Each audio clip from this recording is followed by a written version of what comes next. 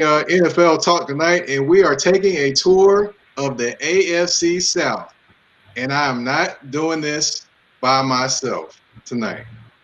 I have a very, very special guest. She is the producer of Around the Rim podcast. She wrote for The Undefeated, ESPNW, New York Times, and is also a member of the National Association of Black Journalists, just like me. She is Tarika Foster Bradley. Hey. How are you doing tonight? I'm doing wonderful. Thank you for having me and inviting me to come on. I'm excited. I always love to talk about the AFC South. So this is up. Well, Peter is welcoming you here. He's one of the big wigs at HAPS. He's welcoming you here. Oh, hi, Peter. All right. Well, I know one team that you do not like very much in the AFC. We got to talk about them, though. That's the Tennessee Titans. We do. Well, they took on the Baltimore Ravens this past Sunday. And, at the start of the game, they kicked the field goal. And then this guy, A.J. Brown, caught this nice little fade pattern from Ryan Tannehill. They were up 10-0. Fans are going crazy. They're thinking, oh, we're going to win this game. We got the Ravens number, But it just didn't turn out to be great for them. 10-0 lead was the highlight of the game. That was it. Yeah, Lamar Jackson. This play alone right here. I think this play alone took their soul right here. What do you think? You see, this is where a lot of teams really get in trouble, and that's giving Lamar Jackson the ability to use his feet. And that's just the one thing that you can't contain from Lamar. Like, you're not going to be able to stop him once he gets outside the pocket and he's able to move.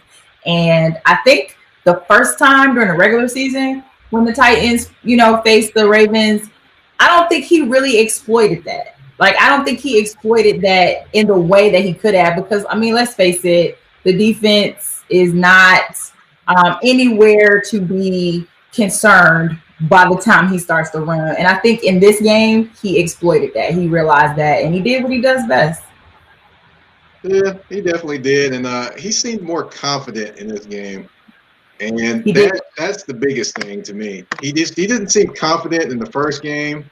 And now this game, he seemed confident. And I'm pretty sure Titans fans are tired of seeing this over and over again. So I'll take it down for them.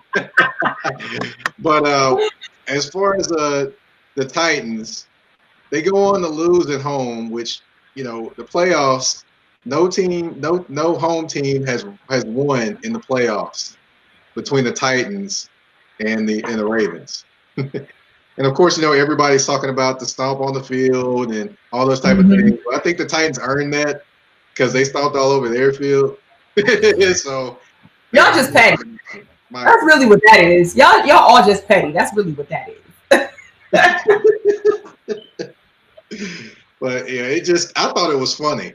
I thought it was pretty funny, to be honest. But hey, it is what it is, and you can't dish it and not be able to take it either. So. Not be able to take it. Yeah, that's exactly what it is. If you're gonna throw it out there, you got to be able to take it back. And right. Again, listen, Baltimore is one of the pettiest teams out there, and I'm usually the petty, right? So I'm not necessarily upset about it, but you got to be able to take it back. Right. And just looking at that game, the Titans defense actually played a little better than what they usually would, but they still couldn't come up with stops. And that's why it behooves me why Mike Vrabel would go on a 4th and 2 with it less time in the game. He would punt the football to have his defense try to stop the Baltimore Ravens offense. I just didn't get it. I didn't get it, didn't understand it. And it just goes along with all the worst things that happened for that defense this year, led by that man on the screen. And he's not going to take responsibility for the defense, right? I mean, I'm sure in the post game, conference, there were so many different excuses as to why, what, and where. But when you look at this defense throughout the entire season, it's a reason, in my opinion, it's a reason that you guys have done so well when you have been far up. Because this is not a team that's going to stop much. I'm kind of upset the way that we played against you all because, to be, it's just, and that's just kind of what I've seen. I think I was looking for huge production defensively from this team just based on what I've seen over the last couple of seasons, and there was a complete drop off to me. And you gotta, Mike Vrabel has got to take responsibility for that. He's got to take responsibility for the secondary for sure. Outside of Malcolm Butler, what was really going on there, so he's got to do that. Yeah, for sure. Go ahead. I can give you a little insight on what actually was going on. You have Kevin Byard trying to play man-to-man against a tight end when he's better as a guy that basically cleans up the mistakes on the back end. You have Kenny Vaccaro kind of going in a rogue type of role. I don't know what role he had him in. Then you throw Adoree Jackson out there, and pretty much every passing play, they went right at Adoree Jackson, who was coming off an injury in the first place. So I don't understand why he just jumped from injury to back to starting after 1 week of being out there. That just didn't make any sense, and it's just an indictment on Mike Vrabel as a defensive coordinator to me. I have no disagreements with that. It's really nothing like that. As I was saying, I just feel like there were so many different holes, specifically in that Titan secondary, that the only person that I could really give credit to for holding his own is Malcolm Butler. That dude had to cover the best, some of the best receivers that they were throwing at him this year. And he did a pretty decent job with that, considering the circumstances. I still don't understand all the money that you guys threw at Vic Beasley only to let him go. Who was completely pretty much non-existent for the defense this year. He was pretty much non-existent this year at all because he gets out to LA. He gets out to Las Vegas, and I think he had like 1 tackle in 5 games. So that's money lost there. It was terrible. It's like it was terrible. So there's just a lot of things that I think about defensively that the Titans are going to have to fix moving on to next year if they're looking to get over that hump. Now, this is me speaking unbiasedly because, from a biased perspective, y'all need to get through my quad in order to decide next year. But from an unbiased perspective, there's just some holes that definitely have to be filled on that defense, and specifically, in my opinion, in the secondary, because there's just way too many receivers out there that are, looking to come into this year's draft, particularly that are going to be really good and could fall to some of the teams in the AFC South. And Tennessee's going to have to fix that. Yeah. Oh, we got a question here. Somebody said, but don't you think it's the offense's fault they lost, not the defense? Honestly, the offense has been carrying them the entire season. So the defense has to carry them at some point, which they never did the entire season. So that's my thought. It's Bannerman dropping a comment over here. And I actually have to give some credit to Ryan Tannehill, which I never do, and I probably won't ever do it again after this particular show. But I'm going to give some credit to Ryan Tannehill because, he damn near shattered so many of your single season records. And on top of that, he was very consistent, in my opinion, this year. Like, I think, Derrick Henry basically had to do everything, or he did everything. And basically all Tannehill had to do was not mess it up. And he didn't. He didn't do that. Not to me, for the most part this year, he didn't do that. He played well enough to keep defenses honest, that while they were focusing so much of their attention on Derrick Henry, he was able to really get out there, throw the ball. He threw for 3,900 yards this year. So I give credit to Tannehill for being way more efficient than I think people usually give him credit for. Well, I'll say this in regards to Tannehill. I think Tannehill is a little better than what people give him credit for. He made a lot of pinpoint throws in the small areas, especially to A.J. Brown and to Corey Davis, who's a free agent. But, definitely did a few things. What's that? You had to throw that he was a free agent out there, right? Yeah. I mean, it didn't look very good when he was on the sideline with his helmet off, and they, the last second drive. But but I'll say for that team, just to kind of wrap it up, they actually need a pass rusher. They need a pass rusher in the worst way. They don't really have a lot of money. They probably got to restructure Malcolm Butler's contract, Taylor Lewan. They got to look at that one potentially. So a lot of changes need to happen. They don't need to go the free agent route because we saw what happened. Jadeveon Clowney and Vic Beasley. Vic Beasley was kind of playing powder puff out there. Let's just be real. But as far as Jadeveon Clowney, he was just running around. Didn't really make any tackles. They had 0 sacks between both of them in their time with the Titans. So, I've never been Jadeveon Clowney. I've never been one who thinks that. I never thought that he could be serious in the NFL. I know he had like a year, I want to say maybe a year or 2 years out in Houston where he was really good and showed a lot of potential. But for the most part, he's been injured. He's never really lived up to his potential. And I never honestly thought that he would really be the guy that we all thought he was going to be coming out of South Carolina. So, yeah, that's fair enough. Fair enough. The guy that actually came out and played for San Diego is actually better in terms of stat wise than he is. Yeah. So, yeah, agreed. Well, it's time to talk about your team. Yay! It'll be the Indianapolis Colts. I got a question. I'm sorry. Does the Adams family still own the Titans? Yes, they do. Amy Shrunk is still invested into the team, and it's basically going down through their family. They're not giving up that team. Not getting rid of that. What's that? And I said he's not getting rid of that. Nah, not anytime soon. All right, we're gonna talk about these Colts. They went to Buffalo to take on the Buffalo Bills.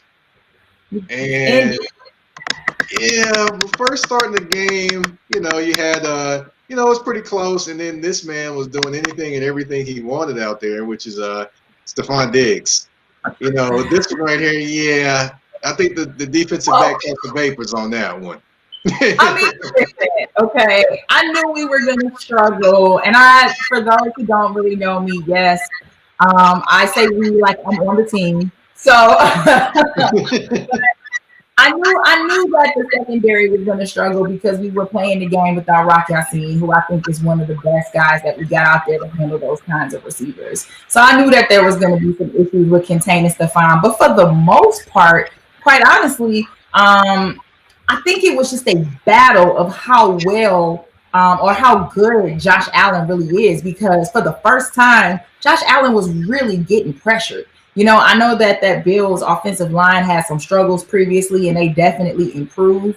But this was the first time this season that Josh Allen was really seeing guys that could potentially, or ain't potentially, they did, like put him on his back. And so it was a testament of how quickly are you going to get the ball out? You know what I mean? How quickly are you going to be able to find receivers out there? Because DeForest Buckner is coming for you. Justin Houston is coming for you. Darius Leonard, who you met, is coming for you. So it's definitely a testament to how good he was. But yeah, Stephon Diggs, he had some decent plays, here and there. But this game really hurt and crushed me, just because there were so many missed opportunities on the Indianapolis side of the ball. And I know everyone's gonna bring their attention to the going forward on 4th and 4. I know people are going to talk about not taking the field goal, but the way I see the situation, as you and I previously discussed the day of, I see it as, listen, we need a quarterback that's going to be able to make efficient passes when it's necessary, when it's needed. You made this one efficiently. You see this one right here? You made that one efficiently, though. I give him that credit. Absolutely. This is what I mean. Phillip Rivers, God. So for the record, disclaimer, I was never on board with Phillip Rivers being the quarterback for the Colts this year. At the same time, I respect what he does at the quarterback position. So it wasn't like I felt like we were downgrading. Just I didn't think he was going to be the guy that Chris Ballard, who's an excellent GM in my opinion, figured that he was going to be to take us to the promised land. I didn't see it happening. And there were moments in this game where I saw what I felt go into fruition. The dude doesn't move his feet. He's not. That's not what he needs. So that's number one. He overthrows receivers. I don't know why, but he overthrows receivers. And a perfect example of that was the 4th-and-4 play where he completely overthrows Michael Pittman Jr. And so that to me was one of the turning points of the game. I liked that Frank Wright decided to be aggressive on several plays. If he makes that pass, we're not complaining about them taking the 3. We're up 17-7. See the difference? So there's that. I'll say this, while I get the going for the going for it on 4th and 2, things like that, I'm still trying to figure out what he was thinking on that 2-point conversion. I'm still kind of miffed on that one, but there's some Frank Reich stuff to do. So I have at that moment I was thinking, is Frank Reich my coach or is this Doug Peterson? What are we doing right now? So what are we doing out here? Oh, it was unnecessary. Like it was just unnecessary. I think I get the logic behind it. If my memory serves me correctly, we would have been down 6 versus being down 8. Which would have put us just one possession away from winning or tying. However, you gotta take the sure thing at that point. But I just don't think that there were a lot of good decisions made on all sides. I'm not gonna only blame Frank for what happened. We had too many drop passes. I mean, there were certain circumstances where you had Jonathan Taylor midfield wide open, and Rivers gets him the ball and he completely drops it. And those kind of situations are the difference. I mean, that's basic football, and those types of things are the difference. And moving the chains and setting it up for your defense to have to come back out there and make stops, which commend the defense for doing. They were able to, the special teams, they were able to pin the ball deep in the backfield for so many different plays for Buffalo. I mean, again, we're criticizing. They're criticizing the Colts and they're criticizing Frank Reich for going for it. But think about it. On that play, Josh Allen had to drive the ball 96 yards in order to get in position to score, and was not going to have an opportunity to extend that drive if we're not for Teray having an offsides unnecessarily penalty with 1 second left on the play clock. And to me, that's the turning point of the game. Him being able to extend that drive is what really was the turning point of the game, because it shifted the momentum for Buffalo. It shifted the momentum. It gave them an additional 10 yards to work with, and that was all that they needed, and they took advantage of it as good teams do. So we just got to work on that, man. Discipline football. Well, speaking of working on things, you have 3 quarterbacks. 2 of them are free agents. That would be Jacoby Brissett and Phillip Rivers. And you have Jacob Eason there too. Who? Yeah, I know. Jacob Eason, I know. But, yeah, the former Georgia guy who got beat out by Jake Fromm and then decided to transfer to Washington and then goes to the draft. And I don't know who told him to go to the draft. But anyway, that's another story. But what do you think they do as far as the decision at the quarterback position for next season? Well, what I think they should do? What I think they do and what they should do are 2 different things. What I think they do is I think they're going to wait for Phillip Rivers. Chris Ballard has already said that he wants to go with Phillip Rivers next year at quarterback. Frank Wright has already said he wants to give it another go with with Phillip Rivers at quarterback. Phillip Rivers is like, I don't know if I want to play another year. Not 100% that I want to play another year, right? And so in my opinion, if the guy doesn't want to play, I say why force him, right? But that seems to be the direction that they want to go in. It seems like the direction that they want to see what Phillip Rivers is going to be able to provide the team in another year. And I just think that, I appreciate what this guy's done. I think he's going to be a Hall of Famer. I think that, when it comes to, numerically guys in his class, yeah, you've got Ben that's got the rings. You've got Eli that's got the rings. But when you also look at the numbers, like this guy's been numerically efficient throughout his career. So I get that. And I get the, the relationship that he has with Frank Wright and what made him want to come to Indy in the first place. But I also look at our cap space. I also look at the possibility that we should put ourselves out there to get a Deshawn Watson. Like why, in my mind, why Deshawn Watson is on the table. Forget Phillip Rivers. We need to be tossing dollars out there to Houston so that this guy can play angry to get to see these guys twice a year and really let them know how he feels about them on the field, get us some wins, So that's what I think we should do, but that's not what I think we're going to do. I think they're going to try to wait and see what Rivers decides, and then once he decides whether or not he wants to play, they'll make a decision from there. Gotcha. Well, one question we did have is why didn't they give Jacoby Brissett more of a chance? I wish the same thing. I wish I knew. Honestly, I think that a lot of people kind of forget the process that Jacoby Brissett went through last year. When you think, in 2019, when you think about it, we started the 2019 season with Andrew Luck as our quarterback. This guy, Jacoby Brissett, was literally given 2 weeks before the beginning of the season to figure out how to be a starter. He didn't take first team reps. He didn't practice with the starting first team. But in a 2-week span, this dude had to then become the face of the Indianapolis Colts. And keep in mind, this Colts team, the 2019 Colts team, was like 7-2 mid-November before. Oh, I don't know what happened. Oh, we lost Tarika. She'll be right back, hopefully. But what she was talking about was Jacoby Brissett and his potential of being a starter and the things that he went through, and that was, to be honest, I thought he should have been the starter going into the 2020 season. I don't think they should have brought in Phillip Rivers at all. That just wasn't the thing that I thought they should have done, and But go ahead. I was just telling them about what you were saying about Jacoby Brissett, and then all of a sudden I looked up and you were gone. But hey, there you go. It's like, hey, connection, loose feed, but I don't know where I was. But what I got you. You were talking about when he had to take over and be the starter with not much time. Right. So basically, he had 2 weeks to prepare for the starting role, and he carried the team to a 7-2 record heading into November. It was upon injury that the team, kind of fell off. Defense kind of fell off. Darius Leonard didn't play. He sat out a few games. And at that point, the season just kind of went amok pretty much. But basically, the point is, I think that he should have at least been given a full offseason. And again, I know the pandemic made this offseason look really different than it would have usually.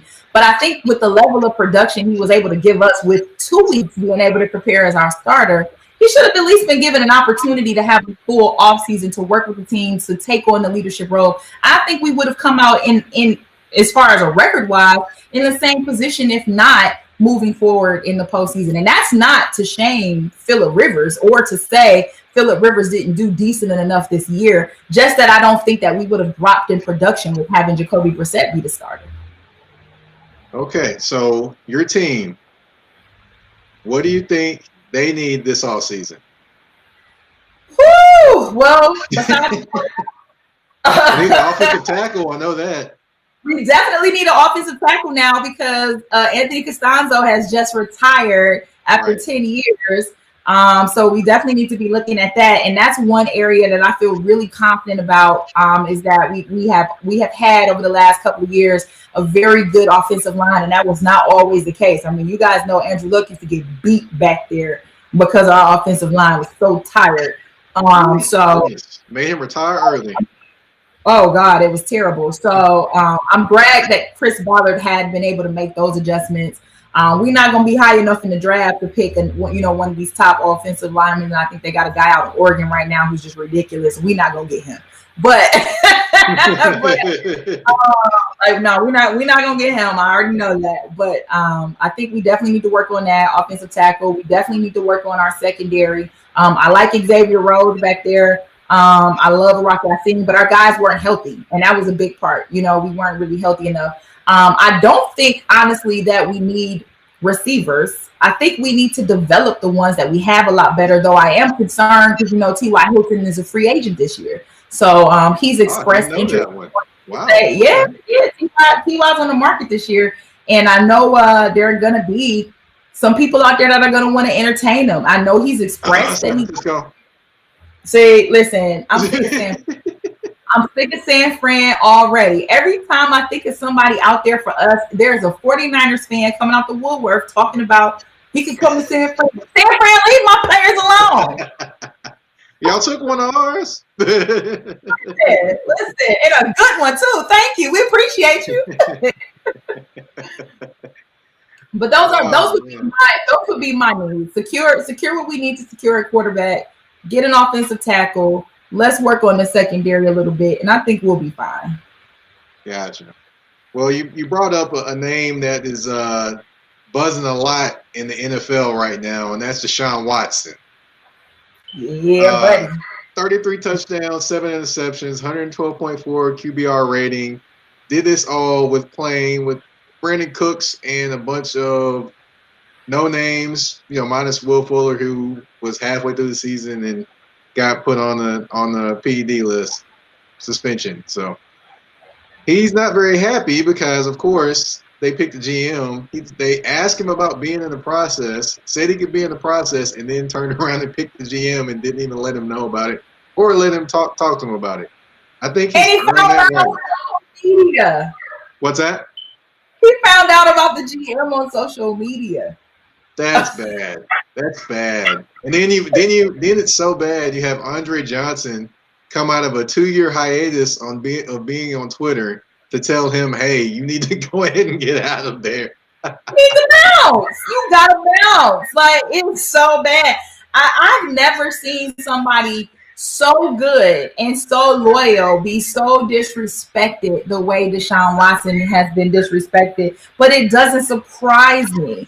It doesn't surprise me because if you look at the track record over the last few years with this team, they've done a lot of backhanded stuff. And think about this, how many other teams, this is your franchise guy. At least that's what we've been led to believe, that this is your franchise guy. Can you imagine, Aaron, can you imagine the Packers choosing another GM and not telling Aaron Rodgers?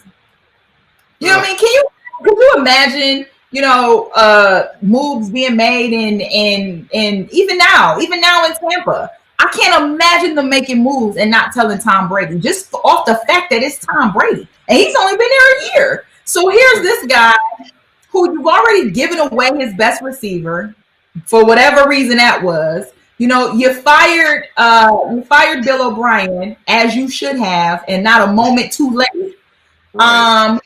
You don't even honor his request to interview Eric Bieniemy for the head coaching position. And this is a guy that's come highly recommended. You got the MVP of the league that has said, yo, Eric Bieniemy deserves an interview at this. So you dismissing Deshaun and Patrick Mahomes. Like, is this what we're really doing? This is the same organization that the owners basically said, remember, we don't let the prisoners run the yard. We don't let the prisoners run the asylum. We don't let the inmates run the prison. That's what he said. So we see the mentality that's building in Houston. So really, come on, Mike, are you really surprised that we are where we are right now? No, not really. But I know Deshaun Watson will look pretty good doing this somewhere else. See what he's doing right there? Let's go ahead and just throw it on out there. Come on, Deshaun. Come on, Deshaun. Yeah, there we go. But a lot of people did that to the Titans this year. I don't know if that was just a great video to show. But as far as teams to go to, I'm going to mention one team, and I already know what the feeling is. You already said the Colts. How about the 49ers? They're a quarterback away. If they're not as injured, then they're a quarterback away. Did you trade Jimmy G for Deshaun Watson? I would do it. Listen, okay, he would absolutely cook in San Fran. That's a tight division too, right? So you think like the NFC West is definitely a tight division. You've got Russell Wilson, you've got Jared Goff, but it ain't really Jared Goff. It's really Aaron Donald. But we're gonna move on from there. And then you got Kyler Murray, who is really.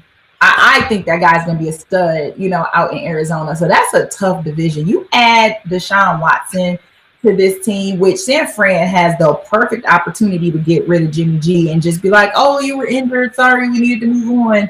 when they really want to say you suck and we're mad we ever brought you here in this contract. But it's the best way to do it. But realistically, yeah, like he could fit there. He could fit there. And Kyle Shanahan, with the kind of offenses that he runs and the way that he's able to play to his players, his ability, that's what made him successful.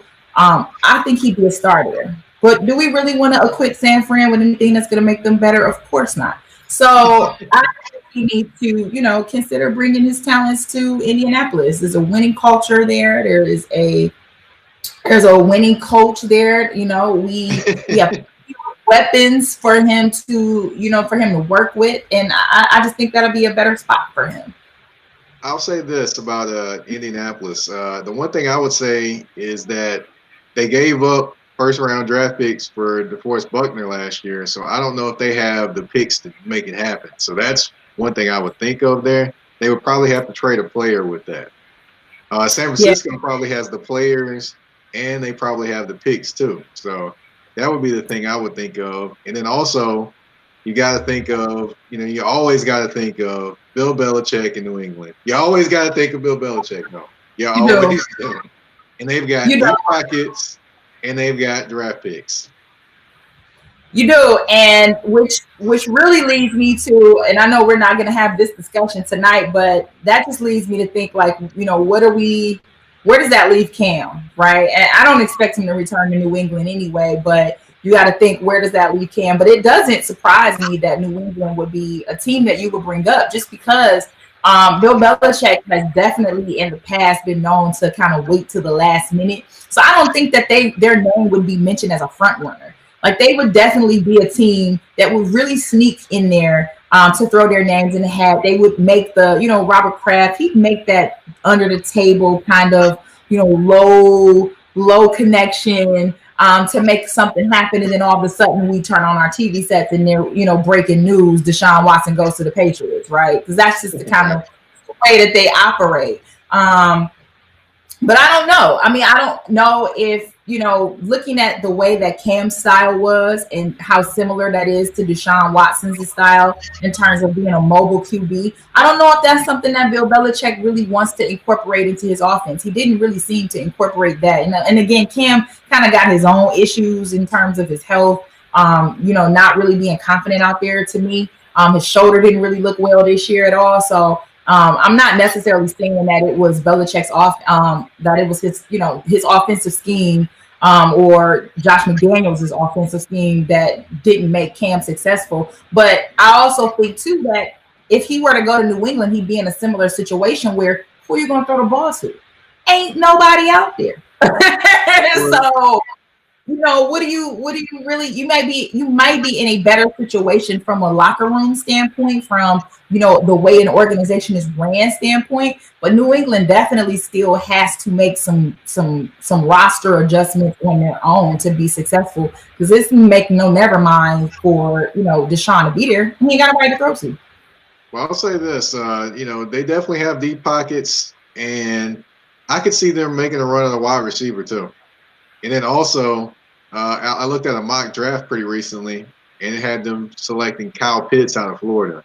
Now, if they get that guy, that is a matchup nightmare at tight end. Yeah. So, that's one thing I did see. And I'll say this, to kind of wrap that up, it'll be interesting to see what kind of packages get put together, or if it actually does happen that he leaves Houston after signing that mega deal this past summer. So, and let's not forget, Houston definitely has said they have no intentions on trading him. Now, I don't know if that's a stance that's going to change now that they have a new general manager, but they definitely said to Mike Florio, or Mike Florio reported in NBC Sports that, they don't have any intentions on trading him. So we know money is what really talks. So again, we'll see if that's the case. But if I'm Houston, I make Deshaun stay. There's no way I'm giving up that commodity. But if I'm Deshaun, I would rather be on the bench before I put on that Texans uniform anymore. Well, one thing that's going in his favor, the last Houston guy that was disgruntled, although he went about it a different way, is not there anymore. So, hey, he has that feather in his cap. Word to James Harden. But I'll say this, definitely it'll be interesting to watch and interesting to see. And as far as just to kind of wrap up everything, we kind of had a little bit of breaking news today with the Jacksonville Jaguars. They're going to hire former Florida coach, former Ohio State coach, Urban Meyer. I couldn't, I saw this and I was like, is this really going to happen? Is this really going to happen? Then he started talking about finalizing the staff before he even finished the interview. And I was like, oh, yeah, it's going to happen. And here we have. No, So what do you think about that? I mean, I'm really on the fence, right? Like, I don't hate Urban Myers, right? I mean, in terms of this hire, I don't hate this hire. Like, it's not bad. It's just that I'm truly unsure of how successful he's going to be. Just because there aren't too many coaches who make the transition from college to the NFL with no previous NFL experience that really become success stories. I mean, everybody's not a Jimmy Johnson, right? We know what Jimmy Johnson was able to do coming from Miami to the Cowboys. But I think about, a championship caliber type coach in college. I think about Chip Kelly, right? He comes to mind. Chip Kelly was terrible in the NFL. I think horrible. He was horrible. Out in Carolina, you got Mark Rule. Mark Rule was decent. I mean, he didn't have the kind of resume that Urban Meyer has, but he was decent in college. He had some NFL experience, not so much in Carolina. So I guess what you have going for you, is the fact that Urban Meyer has the resume that he has. He has the ability to build programs. He's done it. You know what I mean? He has the ability to bring good players and draft. Well, I won't say draft. He's never had to draft, but he has the ability to bring talent around him. So with Jacksonville having that number one pick, which I'm sure they're going to grab Trevor Lawrence, that's a plus for him. I just don't know, again, how he's going to be able to navigate, a loser's mentality, because that's kind of what they got going on, losing. Right. And another thing is his health. I mean, that's the reason why he left Florida, right? That's the reason why he left Ohio State, right? Because he's not healthy. So what makes it different now? What kind of long-term stability are you going to be able to offer Jacksonville, considering that the last two gigs that you had, while successful, your health got in the way? So that's why I'm kind of like, maybe. Yeah, I get you there. The one thing I would say in regards to him leaving Florida, I don't know necessarily if it was all the way his health. Because remember, Tim Tebow left, and he was playing with another quarterback that wasn't Tim Tebow, and they weren't having as much success, and then all of a sudden his health comes up and he leaves. So a lot of Florida fans haven't necessarily forgiven him for that. So it'll be interesting that he's stepping foot back in the state of Florida and, actually coaching a team there. And also, he might not have a smile on his face in that picture right there, but he's smiling because he doesn't have NCAA restrictions anymore. He doesn't have anything he has to follow except for some NFL rules, which are not really that tough compared to the NCAA. So while he's not smiling in that picture, I'm pretty sure he's smiling on the inside because he has no more NCAA regulations to deal with. But do I think he's going to be good down there? I am not for sure. If he comes in and tries to be that rah-rah guy, they're going to tune him out very quickly. One thing what's that? I just don't know. Like, I just think you kind of hit the nail on the head a little bit about, him being a Florida guy. Like, I think as many Gator fans that may not have forgiven him for what for leaving in the fashion that he did is kind of the way that I feel about Nick Saban. Some people forget that Nick Saban used to coach at Michigan State, and then he gets to Alabama, and all of a sudden he's that dude. Like, whatever, right? But sorry, Alabama fans out there. I know y'all just won. Don't be in your feelings. But at the same time, though, I think that being in that Florida environment, because while there may be people who dislike how he left, there's still people who are going to remember he brought us 2 championships. So that might actually work in his favor, being back in Florida. Yeah, it might. That's true. It definitely might, but it's going to be interesting just to see who he brings in on the staff, those type of things. And also, one thing Now, people say you work long hours as a coach in college, but in the NFL, you definitely work long hours as a coach. So, Mhm. how's that going to do with his health? Because remember, when he went to Ohio State, there was a pledge he made with his wife and his kids about working X amount of hours, spending family time, and those type of things, and making family more important. Is he going to try to do those things in Jacksonville? Is what I have a question about, and what I wonder about. I don't. We have no answers, and we're definitely going to have to wait and see on that one. Agree, agree. Yeah, like you said, that was one of the biggest things that he made sure to stress.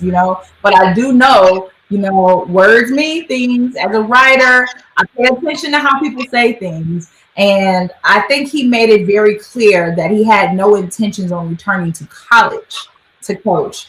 He never said he wasn't planning on coaching again. So I think that Right.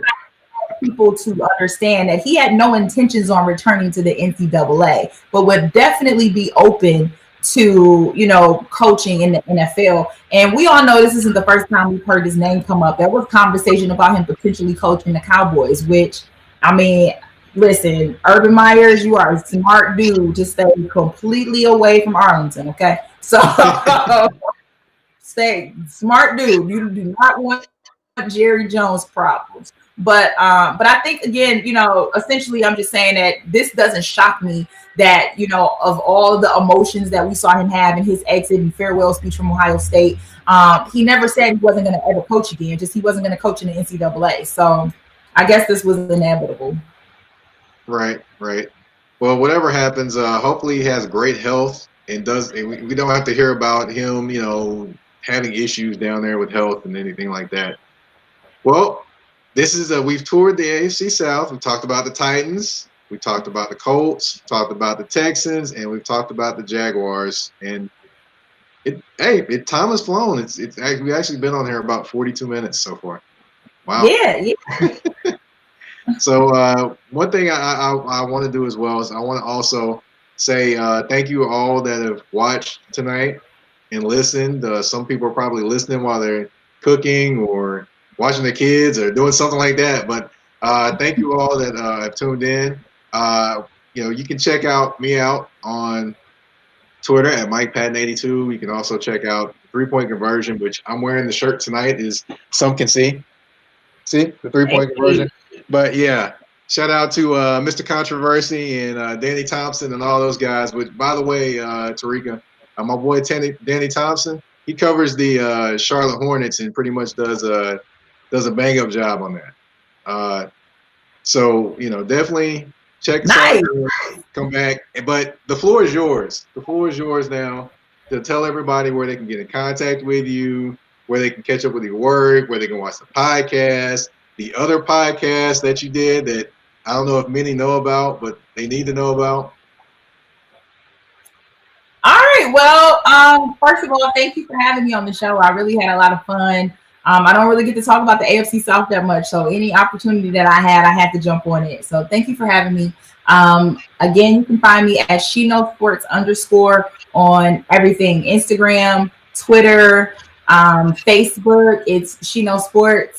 But yeah, that's where I am. I also have a show on YouTube called T Take 2, looking to relaunch season 2 starting in March. So just keep, follow me on social and you'll be able to see all of the information of when that is officially going to be ready to drop. I am the producer for the Around the Rim Women's Basketball podcast. So if you're a women's basketball fan, or even if you aren't and you just want to check it out just to see what we're talking about, you can definitely go on wherever you get your podcast and just look for Around the Rim with myself and LaChina Robinson. And it's definitely a lot of fun stuff that we talk about: college, NCAA, that is college, NCAA, WNBA, all of that. So yeah, just keep checking me out.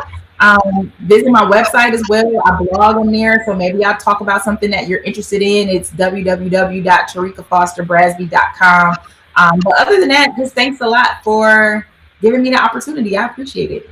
Yeah, well, the pleasure was all mine, one. And secondly, if you haven't watched or listened to Around the Rim podcast, you are definitely missing out. because, they talk about the WNBA, which, I get my Sparks talk sometimes, and, my Candace Parker talk sometimes, and it just warms my heart. So, Yeah. but yeah, you definitely got to check out the Around the Rim podcast, the China Robinson, and you have Tarika Foster Brasby. Thank you again for coming on. Thank you, everybody, for tuning in, and we're out.